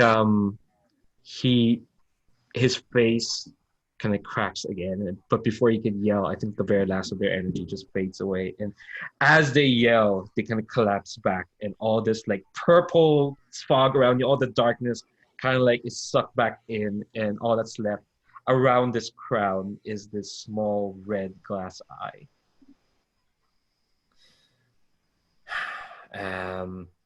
Which immediately gets scooped up by Nicole and is put in the case, which you can tell it's like a lot of like different things. Oh, go ahead. I wondered if I could incorporate this. What? Tell me more. I mean, I'm growing, right, all over, and I'm not really a lot in control, but this thing seems like this guy wasn't perfect, of course not, but this eye might be. Because it has survived for a long time. I think the darkness wants it. Oh my God! Okay. Man, there is a move for like. You want to do this? You want to give in and take the eye? Yeah, I want to. Yeah. Okay, I think before like Nicole can scoop it, then you can take it because you're there, and she kind of like gives you like this look, which is, she trusts you, your former partner, and you had this like that whole moment of reconciliation. But I think I still need you to listen to the dark, which is a move. Absolutely. Yeah, good idea. Yeah. When you deal with forceful emotional turmoil, pressure from your past relationships or responsibilities. Yeah. I will use 2 darkness tokens for this. And we'll see how that goes. Oh, wow, it's an 11. Okay. All right. But I can take a bond. I now can use my bond with Nicole to pull it back to a 10. I will do that. You can do that. You'll take this evil eye. Yeah. And keep it safe. To keep it safe within myself. I think never hurts to have next try. Yeah. It is literally the evil eye. Yeah, you manage to keep yourself together. What insight do you gain about your darkness? I think as you kind of take the eye, Nicole will like give you this like nod as if like to say, I trust you in this. What insight do I gain about my darkness? I think my insight about my darkness is that it has a rather what it thinks perfection is like. Like it's not having an alabaster body or something, but enduring. Something that endures and it comes back again and again. That that is the perfection that the darkness wants, something that is resilient and enduring. Hell yeah. Yeah. And I think we've still got plenty of time. So what I'm calling for is like, if there's anything else you want to wrap up here in Dublin, any people you want to talk to, go ahead. Just before the portal closes, Hope, or whoever that is, takes the crown of thorns off of his semi-material head at this point as he dissolves, and tosses it through the portal, saying, "I think this is yours." Yeah. I have what I want. And she says, and holds up the cylinder. And then the portal slams shut. I think, yeah, we can close it there. I think I'll write a love letter for Mario for next week. What happened with Cameron? There's some stuff with Aoife and dead things that specifically talking to dead people. It's another whole thing. But yeah, I think yeah, we can. I mean, Jesus, I don't usually wrap up early, so this is weird. But I think, yeah, next week, what we're gonna do is probably like a lot of like debrief. We'll be back in the division. We get to see this orphanage. It's probably just a lot of like wrapping up stuff. I don't think we'll have time to do even like a 2 complexity mystery. So we'll wrap it up, and maybe we'll see these folks again in the next couple of months. But let's do end of session. Do that first before any more last wrapping up things. So I'll just say the question, and everyone can like say yes if they thought so. So answer the following. For every yes, mark 1 XP. Did you express your monstrous nature or your humanity? Oh yeah. Yeah, absolutely. Yeah. Yep. Yeah. Maybe a little. Just about. Did you learn something significant about yourself or your impending doom? Yeah. Yeah. Yeah. I don't think I really did. Oh, really? Oh, you know what? Yeah, actually I did. In that Do I Have a Soul conversation, that was, I learned something about what was going on there with me. So yeah, okay. Yeah. Hell yeah. Did you learn something significant about a fellow monster? I did about sure. Learned that hope can close portals. Yeah. Well, okay. I don't know that. We learned that, I mean, hope is hope, but not hope, but is hope, but Complicated. This is why Anther has decided it doesn't matter. It's just easier that way. Hope will spare Anther's feelings and stop trying to explain things that really can't be explained very well. Yeah. I mean, she tried, but she didn't really achieve it. Oh yeah. Cool. So answer the following. For every no, you may choose to mark doom. For every no. So did you uncover at least one key of the apocalypse or attempt to open Doom's door? Yes. I think And marking doom. Oh, you did. You unlocked Doom's door. You're the one who rolled that. We did though. Yeah. Yeah. Yeah, Is that a plural you or is that a singular you? That's yes. That is a singular you. They're all singular, I think, right? Yeah. Okay. Yes. And I did not uncover key to the thingy or unlock. That was hope. Yes. So I don't get a mark doom. Damn. Oh no, you get to mark a doom because you said no. Yeah. Question. Oh, yeah. right. Brandon and I can't mark doom for that because Yeah, I'm sorry. Yes, okay. yeah. Because it's for everyone it's for every question you can answer no to, you can choose to mark doom if you want. I will mark doom. I get one doom track thingy. Oh Jesus! Sorry. Okay. Wow. I mean, I want to play this game and see what it does. So I'm looking. Right now, for me, it's good. For Shark, probably not. But you know. Okay. Cool. Fun times. Did you completely deny what the darkness demands of you? No. No. Hope deliberately allowed her other self to take over. I feel like I did. I feel like I did this time. Ooh. Like the people in my head, I gave them agency, and I was asking questions about being who I about maybe trying to be who I want to be, if I even know who that is, rather than just whatever I was constructed to be. So I feel like this time I think I did deny the darkness. Oh yeah. My last question. One question that I have: if I take one of these Doom thingies, traits, then I clear my Doom track, right? Okay. Yes. Cool. Yeah. Yeah. When you mark all 5 conditions of your Doom track, you also mark a condition. Erase all Doom and take a Doom advance. Ooh, nice! I marked condition. Cool. Yeah. Sorry. Great conditions there. Cool. The last question: did you reach for the light, someone? Yes.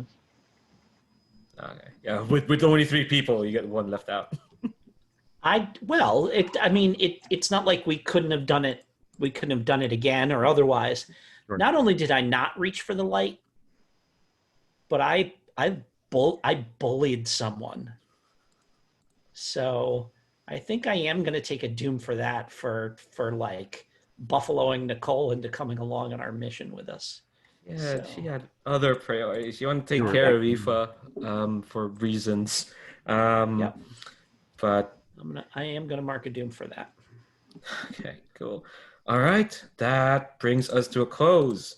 Jeez, I'm not used to finishing this early. This is wonderful. This feels wonderful. I should do this more often. But thank you all very much. I'm not good at it. But yeah, thank you all very much. That was lovely. Some great character moments and great action. Getting to see these characters kick ass was lovely, and pushing themselves. And just all the bizarre all the bizarre things that these characters do. It felt very comic booky today, yeah, which I like. I mean, that's that's a compliment in my book, but it had a lot of cool stuff going on. I could see the art in my head for it. We'll do debrief like stars and wishes proper. I'll turn off this recording, but if anyone who's watching this is interested with everything that just happened, link down below for Apocalypse Keys. You can grab it at temporalhiccup.itch.io, but link down below in the description. If you want to you enjoy all this playing, again, links for all the stuff the Gauntlet does, come hang out with us. Cool people. We're cool people. Hopefully we demonstrated. But yeah, I'm gonna stop recording. Bye YouTube. Bye bye.